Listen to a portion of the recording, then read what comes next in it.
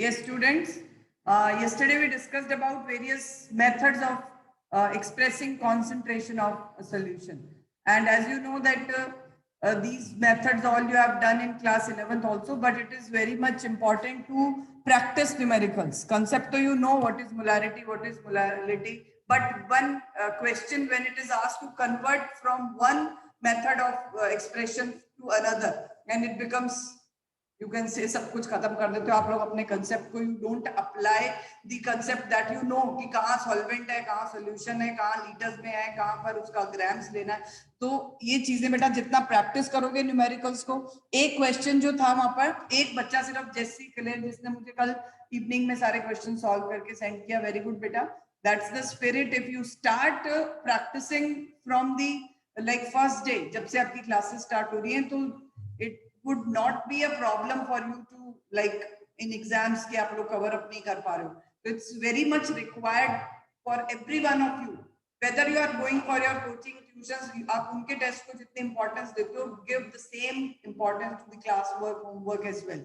Then only it will be possible. Self study is very much required in 11, 12. कोई coaching या कोई भी tutor आपके माइंड में बैठ के सॉल्व नहीं करने वाला है कुछ भी. ठीक है, तो I have taken one question from that because थोड़ा सा इसको एक मतलब you can find it somewhere difficult. Question था what volume of 0.1 molar HCl is required to react completely with 1 gram equimolar mixture of sodium carbonate and sodium bicarbonate. ये दो salts हैं, इन दोनों का 1 ग्राम मिक्सचर है इक्विमोलर. इक्विमोलर का मतलब दोनों के सेम नंबर ऑफ मोल्स हैं और इस मिक्सचर को रिएक्ट करवाना है 1 मोलर 0.1 मोलर HCl के साथ. तो कितना उसको मतलब न्यूट्रलाइज करने में रिएक्ट तो उतना ही करेगा ना जितना HCl उसको न्यूट्रलाइज कर पाए. तो kind of neutralisation reaction. And question is about to calculate the volume of this HCl जो इसको कंप्लीटली न्यूट्रलाइज कर पाए या कंप्लीटली रिएक्ट कर पाए. तो अब आपको यहाँ पे सबसे पहले तो क्या चाहिए कि आपको अगर 0.1 मोलर HCl का वॉल्यूम फाइंड करना है तो पहले पता होना चाहिए कि कितने मोल्स HCl के रिक्वायर्ड है इसको बैलेंस करने के लिए. And as in this question you are not knowing about the moles of these, but one hint is given, this is an equimolar mixture और अमाउंट 1 ग्राम है. तो आपको क्या करना है, इसमें से पहले number of moles of sodium carbonate and sodium hydrogen carbonate find करने. उनका मास जो है कितना है, मास से फिर मोल हम निकाल लेंगे. तो 1 ग्राम मिक्सचर टोटल आपके पास है, total mass of mixture is 1 ग्राम. अब दोनों का मिक्सचर है तो एक चीज को आप मैथ्स में जैसे करते हो, दोनों अननोन है, अगर एक x ले लो दूसरा 1 माइनस x, तो let the mass of sodium carbonate be x. ठीक है, एक सोडियम कार्बोनेट का मास हमने x ले लिया, तो the mass of sodium hydrogen carbonate what it would be 1 minus x obviously. Now the moles of number of moles of sodium carbonate. Sodium carbonate के number of moles अब find करने हमें, हमने उसका मास अज्यूम कर लिया x, तो number of moles हम given mass over molar mass से फाइंड करते हैं. सोडियम कार्बोनेट का मोलर मास है 106 ग्राम पर मोल. क्या वो आप कैलकुलेट कर सकते हो, x ओवर 106 आ गया आपके पास नंबर ऑफ मोल्स. इसको मैं इक्वेशन 1 अगर हम करते हैं, it's not necessary to give numbers, otherwise you can solve it continuously. Then number of moles of sodium hydrogen carbonate, it will be 1 minus x over mass, molar mass जो है sodium hydrogen carbonate का, that is 84. ठीक है, तो this is, ये आपके पास दो equations आ गई. अब क्या है, क्वेश्चन क्या कह रहा है कि इक्विमोलर मिक्सचर है. इक्विमोलर मिक्सचर का मतलब होता है कि उस मिक्सचर में दोनों के नंबर ऑफ मोल्स इक्वल. तो we can equate these two equations so that we will be having x over 106 over 1 minus x over 84. यहाँ आप लिख सकते हो as the mixture is equimolar.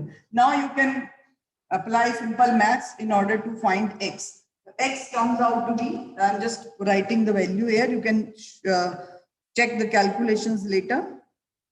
The value of x is 0.558 gram. This is the value of x। तो अब एक का जो मास आपके पास आ गया, x हमने किसको एज्यूम किया था, that is the mass of sodium carbonate. तो सोडियम कार्बोनेट का मास आपके पास आ गया 0.558 gram. Now you can find number of moles of sodium carbonate.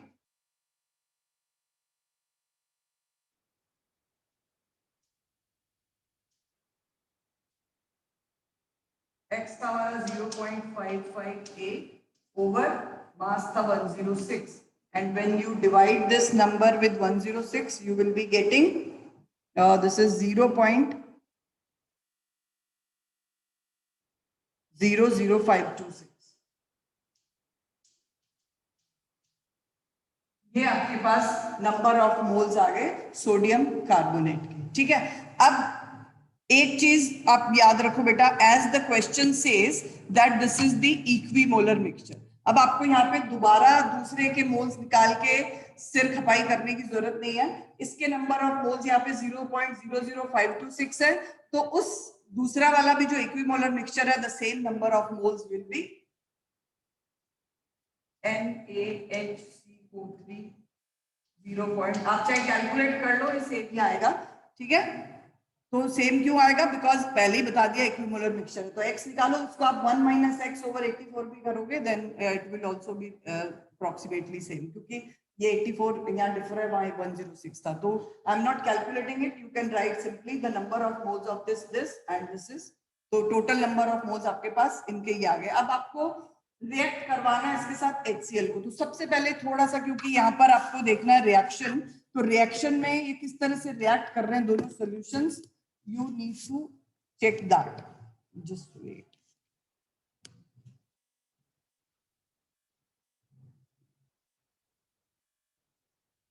Reaction कैसे होती है, सबसे पहले अगर हम लिखें Na2CO3 प्लस HCl, एक एसिड और बेसिक सब्सटेंसेस जब रिएक्ट करते हैं, मोरली अगर बेसिक सॉल्ट्स हैं, ये कार्बोनेट सॉल्ट्स, तो these carbonate salts will evolve carbon dioxide gas. Can someone tell the reaction?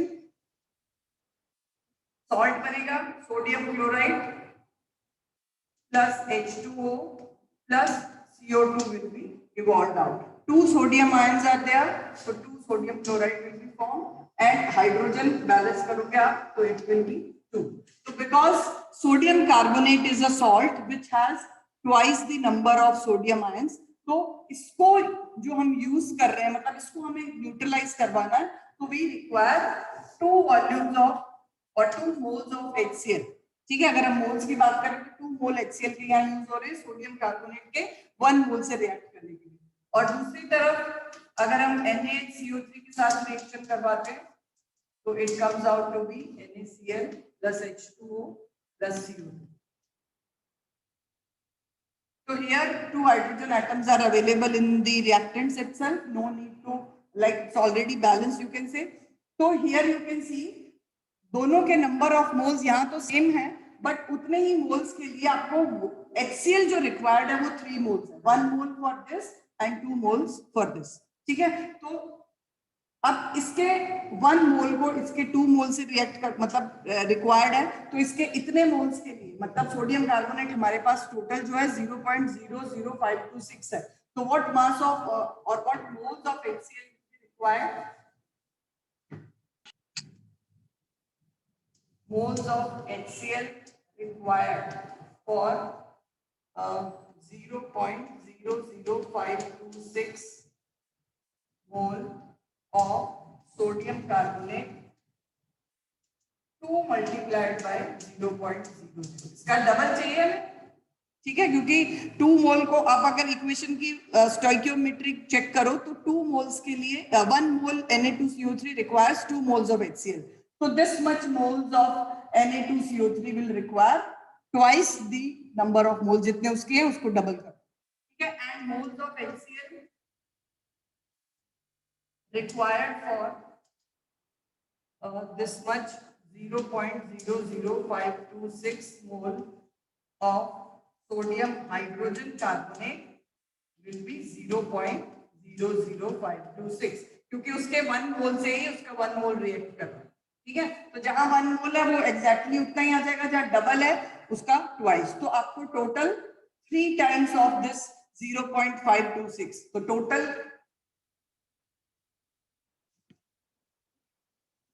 total number of moles of HCl required, this 3 multiplied by 0.00526. ठीक है, टोटल 3 टाइम्स हो गया कि उसके इतने मोल्स को पूरा न्यूट्रलाइज करने के लिए इतना चाहिए. अब आपके पास ये जो अमाउंट आएगा HCl के number of moles required, that will be 0.1578. 0.0 I think.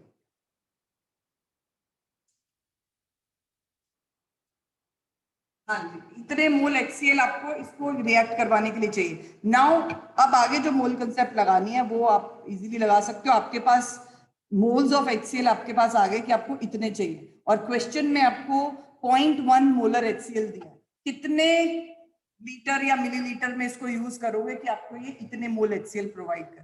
Can anyone tell it how it is to be solved further? इतना तो बता दिया मैंने क्योंकि वो इनिशियल थोड़ा सा ट्रिकी था. इक्विमोलर पे कई बार नहीं ध्यान जाता बच्चों का एंड इट बिकम्स कंफ्यूजिंग कि करना क्या है.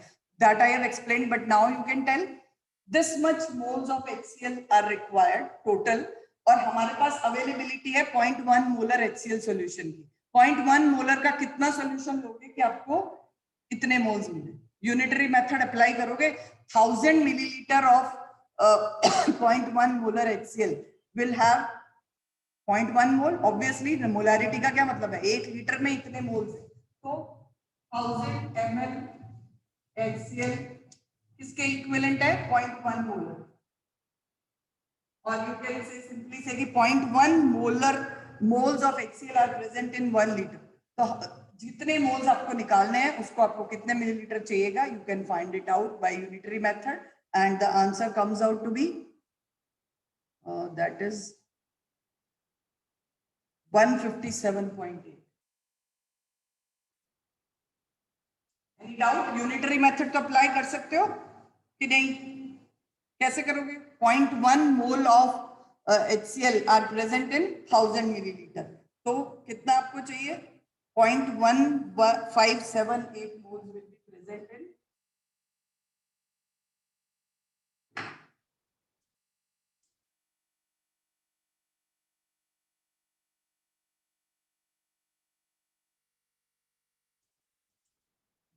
1000 milliliter, and you require 0.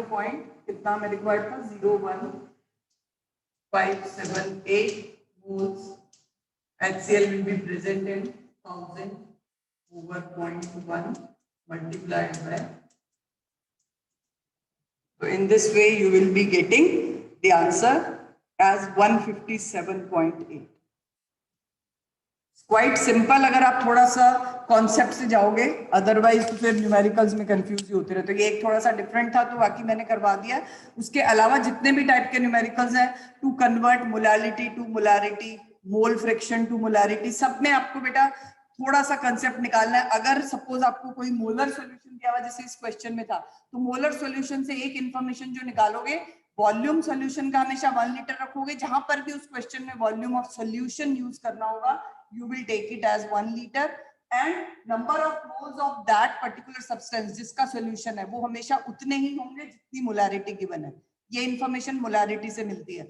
Molality अगर गिवन होती है तो मोलालिटी हमें बताती है कि जितनी मोलालिटी गिवन है उतने नंबर ऑफ मोल्स है उस सब्सटेंस के, और वहां पर वॉल्यूम नहीं निकाल सकते हो आप ऐसे सीधा उस इंफॉर्मेशन से.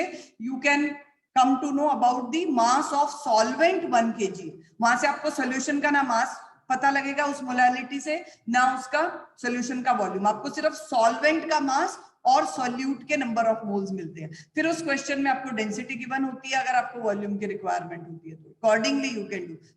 Practice a lot for these kind of questions. एक न्यूमेरिकल तो मस्ट है ही है इस चैप्टर में से बोर्ड में.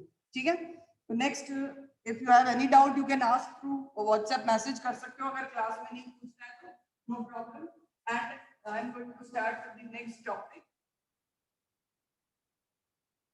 And whenever I ask to solve some numericals, it's compulsory to solve. Whether अब मुझे नहीं पता आप लोग क्या करते हो, पढ़ते हो, अभी स्टार्ट किया पढ़ना कि नहीं, but don't wait. Okay, start from now. बहुत टाइम नहीं होता 12th में, बहुत जल्दी जल्दी से आपको सिलेबस नवंबर दिसंबर तक कंप्लीट हो जाता है, बिकॉज प्री बोर्ड्स स्टार्ट करने होते हैं, तो you don't have so much time.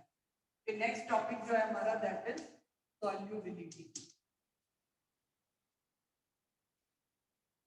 Solubility lower classes में आपने पढ़ी है, थोड़ा सा दोबारा से हम एक छोटा सा एग्जांपल कंसीडर करते हैं। Suppose you have a container, ठीक है, इसमें आपके पास, अभी मैं वाटर का एग्जांपल ले रही हूँ, otherwise we can have any type of solvent, ठीक है। अब आपने इसमें सॉल्ट ऐड किया है, common salt, suppose if we are adding, what happens if we add few amount of salt initially and we keep on stirring? So initially what happens, salt के जो particles हैं वो, उनका जो lattice enthalpy है वो overcome होना शुरू हो जाता है, because water has very high dielectric constant and it starts separating sodium and chloride ions from the common salt to get separate, और ये separate होने के बाद जो छोटे छोटे ions में separate हो जाते हैं, they start dissolving in water, and water molecule क्या करते हैं, water का जो, because water is a polar solvent, polar solvent means इसके पास poles हैं, this is the shape of water molecule, this end is negative and this end is positive, तो ये positive end जो होगा वो क्लोराइड आयन, और जो नेगेटिव एंड होगा वो सोडियम आयंस को अट्रैक्ट करेगा, और हर एक आयन जो सोडियम एंड क्लोराइड है that will get, you can say, surrounded by variety of these water molecules in such a way कि सोडियम आयन को ये ऑक्साइड वाला एंड घेर के रखेगा, क्लोराइड आयन को ये हाइड्रोजन वाले एंड, तो इस तरह से ये हाइड्रेट होना स्टार्ट हो जाते हैं, और जैसे जैसे हाइड्रेट होते जाएंगे पार्टिकल्स, सब्सटेंस जो होगा वो वाटर में मिक्स होता जाएगा, and in order to make a substance soluble in water, it is very much required that lattice enthalpy should be lesser, तभी ये वाटर इसको इजीली ब्रेक कर पाएगा, और जब वाटर इस तरह से हाइड्रेट करेगा तो एनर्जी फिर रिलीज होगी, क्योंकि एक नया इंटरेक्शन डेवलप हुआ है, पॉजिटिव चार्ज और नेगेटिव चार्ज जो पोल्स हैं इनके बीच में, this is known as electrostatic force of attraction which results in releasing energy which is known as hydration enthalpy. So hydration enthalpy must be larger than the lattice enthalpy, then only a salt becomes soluble.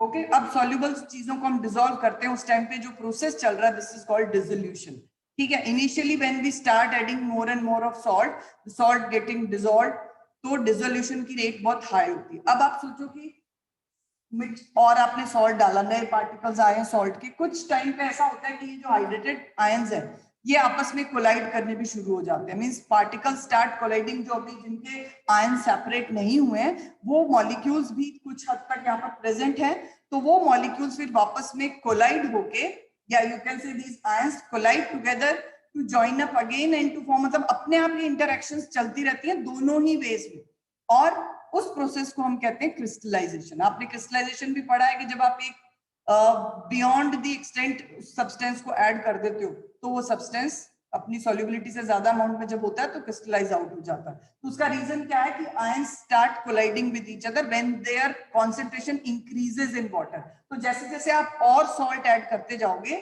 these ions which are not properly hydrated now, they will collide with each other and they form again sodium chloride, और जितना sodium chloride बनता जाएगा वो crystals की form में अलग होता जाएगा।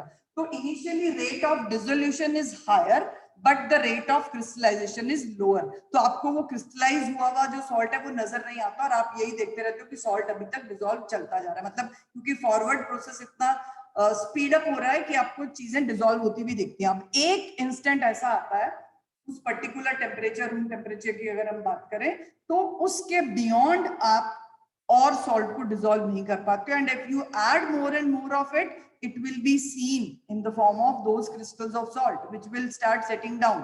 Okay, so that process, crystallization, starts occurring when this certain extent is reached, और उस extent को हम क्या कहते हैं, इक्विलिब्रियम। वो स्टेट इक्विलिब्रियम होती है जिसपे कोई भी forward and backward process same rate पे चलना स्टार्ट हो जाता है। तो when equilibrium is reached, that amount of salt which you have dissolved that at equilibrium पे जितना amount salt का यहाँ present होगा, that amount is known as solubility।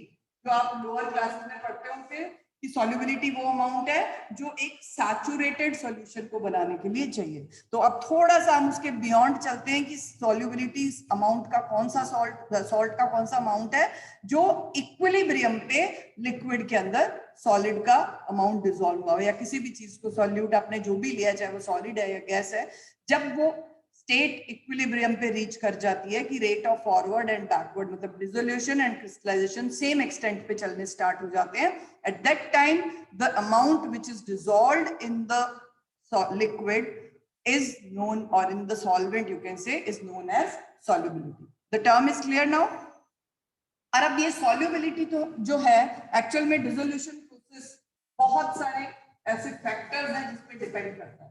तो डिसोल्यूशन के जो फैक्टर्स हैं या factors affecting solubility you can say,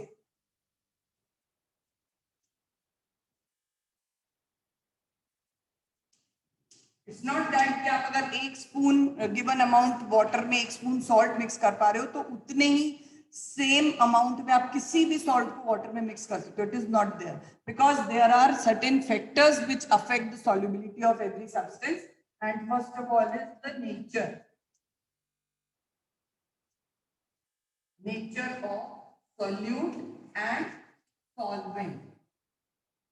solvent अगर वाटर है, पोलर सॉल्वेंट है, then it is not easy to dissolve non-polar solute. Certain non-polar solutes जैसे नेप्थलीन है आपके पास, कैम्फर है, अपने घर में भी ट्राई कर सकते हो, कभी डिसॉल्व करके देखो, you will not be able to dissolve, क्योंकि नेप्थलीन कैम्फर जो है ऑर्गेनिक सॉलिड्स हैं, पोलैरिटी नहीं है, बिल्कुल कार्बन एंड हाइड्रोजन की एरोमेटिक रिंग्स हैं उसके अंदर।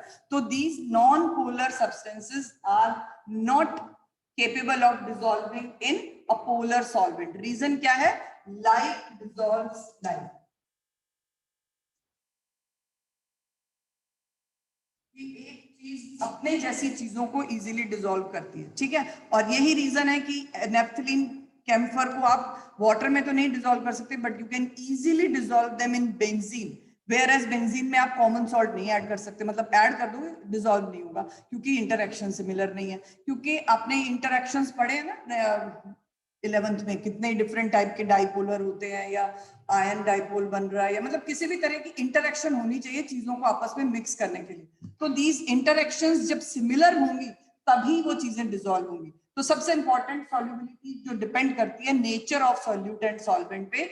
If the nature of solute and solvent is similar then only it is possible to dissolve them to a certain extent. और उसके बाद भी नेचर के बाद आप थोड़ा बहुत सॉल्यूट के अंदर लेटिस है, कुछ ऐसे सॉल्ट्स हैं जो आयनिक हैं, पोलर हैं, but they are not soluble in water. Calcium carbonate, chalk powder आप इजीली देख सकते हो, it does not at all dissolved in water, कभी भी आप नहीं कर पाते हो क्योंकि कैल्शियम कार्बोनेट का जो लाइक लेटिस एंथैल्पी है this is very high.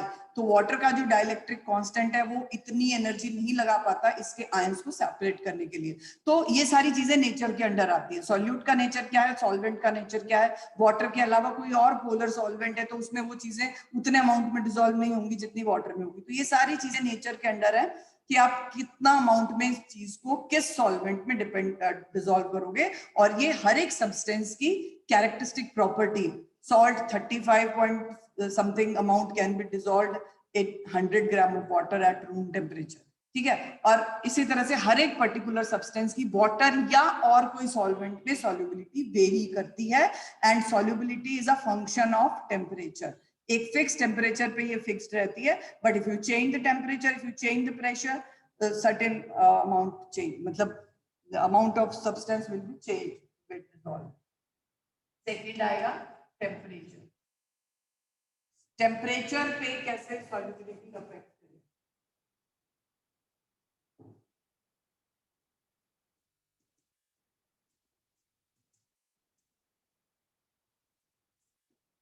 Yes बेटा, सपोज कुछ सॉल्ट्स ऐसे हैं जिनका अभी मैंने आपको बताया ना, सॉल्ट्स को थोड़ा बहुत एनर्जी तो वो एब्जॉर्ब करते हैं ड्यूरिंग सेपरेशन ऑफ आयन, जिसको हम लेटिस एंथैल्पी कहते हैं, और दूसरे अमाउंट में एनर्जी वो रिलीज करते हैं जब वो हाइड्रेट हो जाते हैं। तो इन एनर्जीज का जो एक आपको बैलेंस जो चलता है सॉल्यूशन के अंदर, वो obviously some amount of heat changes will always be associated, क्योंकि कुछ केमिकल अट्रैक्शंस टूटी है, नई बनी है, तो always there be a change. अब इसके ऊपर डिपेंड करती है एक प्रोसेस का एंडोथर्मिक या एक्सोथर्मिक होना। तो सर्टेन सॉल्ट्स, सॉलिड्स की अगर हम बात करें, जो सॉलिड सॉल्यूट्स हैं, these solids dissolve in two different manner. Sometimes they dissolve endothermically, sometimes they dissolve exothermically. Endothermically अगर होंगे तो थोड़ा सा अमाउंट में हीट एब्जॉर्ब करेंगे, क्योंकि उनकी लेटिस एंथैल्पी की वैल्यू इतनी होगी कि थोड़ी सी हीट वो सराउंडिंग से ले लेंगे। और अगर एक्सोथर्मिक होंगे तो हाइड्रेशन एंथैल्पी में ज्यादा हीट रिलीज होगी एंड दैट टेम्परेचर रिएक्शन जो होगा, वो प्रोसेस जो होगा, वो एक्सोथर्मिक जाएगा। Can anyone guess? हमने ली शैटलियर प्रिंसिपल किया है, अगर सॉल्ट इस तरह से डिसॉल्व हो रहा है, salt I am not talking about common salt, any salt when it dissolve, या आप सॉल्यूट लिख सकते हो, solute plus solvent plus heat giving a solution, और ये हुआ आपका एंडोथर्मिक प्रोसेस जहां हीट एब्जॉर्ब हुई। दूसरा आपका प्रोसेस हो सकता है जब सॉल्यूट डिसॉल्व हो रहा है सॉल्वेंट में and forming solution plus heat. अब ये दो तरह के आपके पास चेंजेस आ गए, प्रोसेसेस आ गए, solutions, endothermic, exothermic. Now you are rising temperature. आपने इस सॉल्यूशन की अगर हम बात करें, जो सॉल्यूशन हीट एब्जॉर्ब करके बन रहा है, if you are rising temperature, what will happen to the solubility? ये साइन अगर हम इक्विलिब्रियम भी यूज करते हैं, क्योंकि dissolution is always taking place in both direction, ठीक है।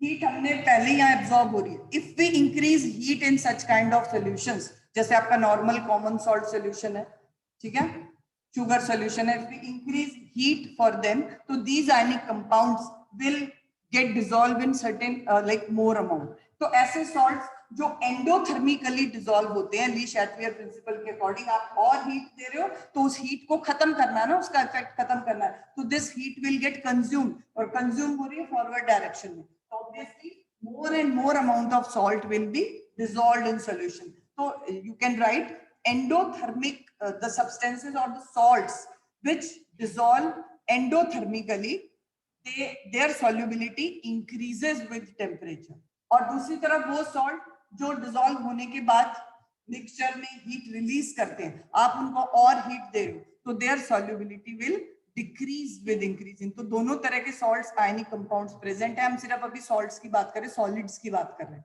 गैसेस के लिए डिफरेंट रूल है, ठीक है। तो सॉलिड सॉल्यूट्स अगर हम यूज करते हैं तो देयर सॉल्युबिलिटी कैन इंक्रीज और decrease depending on the process, whether it is endothermic और एक्सोथर्मिक, ठीक है। तो for endothermic process solubility increases, और इसके एग्जांपल्स हैं आपके पास NaCl, KCl। बहुत ज्यादा राइज नहीं करती है, बट बहुत थोड़ा सा चेंज आता है NaCl और KCl में, और जिनमें बहुत शार्प चेंज आता है, मतलब सॉल्युबिलिटी बहुत तेजी से इंक्रीज होती है, वो है नाइट्रेट सॉल्ट्स, KNO3, NaNO3, ठीक है। तो these are the salts in which solubility increases with temperature.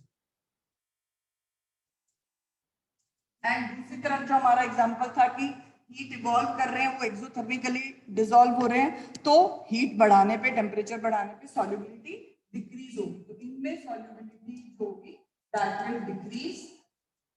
और एग्जांपल्स हैं lithium carbonate, cerium sulphate,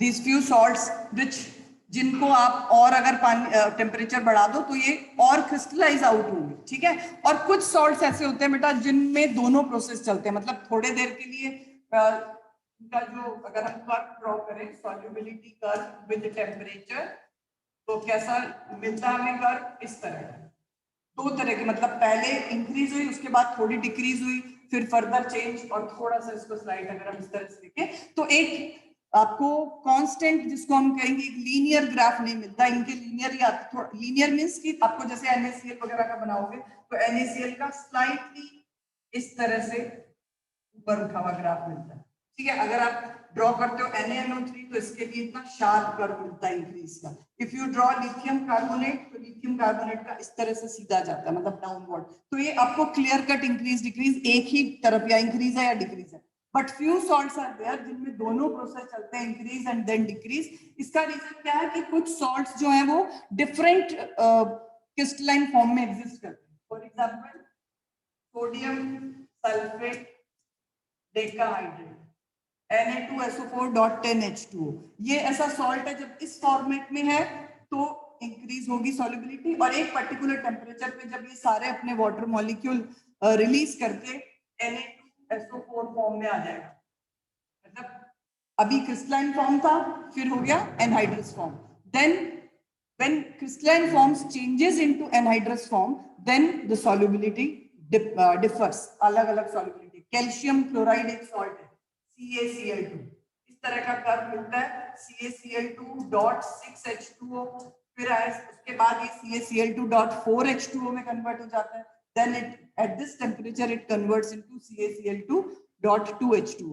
so those salts which change their solid, you can say, अपना जो उनका एक कैरेक्टरिस्टिक स्ट्रक्चर है, हाइड्रेशन का अमाउंट है उनमें, या किसी और, जैसे कई तरह के सॉलिड शेप्स एग्जिस्ट करते हैं, कुछ सॉल्ट्स दो डिफरेंट सॉलिड शेप्स में एग्जिस्ट करते हैं, तो व्हेन शेप्स और these crystalline geometries change, then accordingly solubility will be different. तो इस तरह के कर्व जो मिल रहे हैं, जो टेम्परेचर आ रहे हैं, इनको ट्रांजिशन टेम्परेचर्स कहते हैं, जहां ये सॉलिड्स अपनी हाइड्रेशन फॉर्म या नंबर ऑफ वाटर मॉलिक्यूल जो उनके साथ एसोसिएटेड है वो लूज कर जाते हैं या गेन कर जाते हैं, मतलब what kind of change if in solid geometry occurs, then obviously solubility varies accordingly. तो ये कुछ ऐसे एग्जांपल्स हैं जिनमें लीनियर इंक्रीज या डिक्रीज नहीं मिलेगा। पासवर्ड ना मैंने रब कर दिया गलती से, उनसे पूछो सुखजीत मैम को भेज दिया।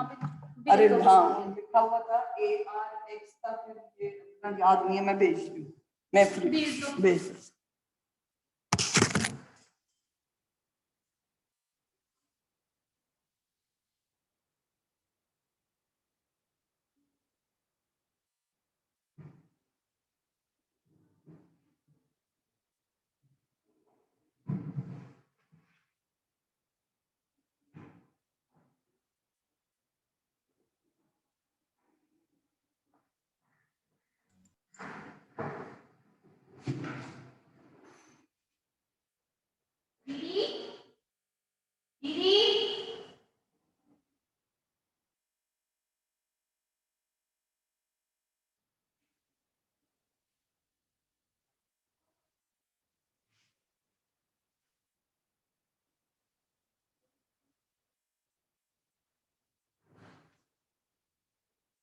मैम आ रहे?